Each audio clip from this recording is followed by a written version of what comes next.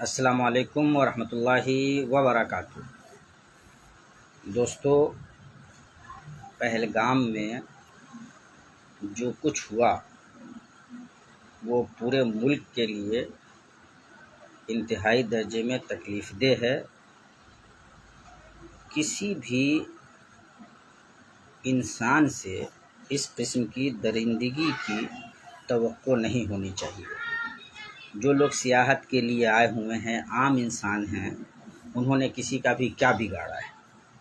کسی دین، اخلاق، سماج میں اس کے لیے قطعاً اجازت نہیں ہو سکتی کہ اس طرح سے عام انسانوں کو نشانہ بنا کر ان کو مار دیا جائے۔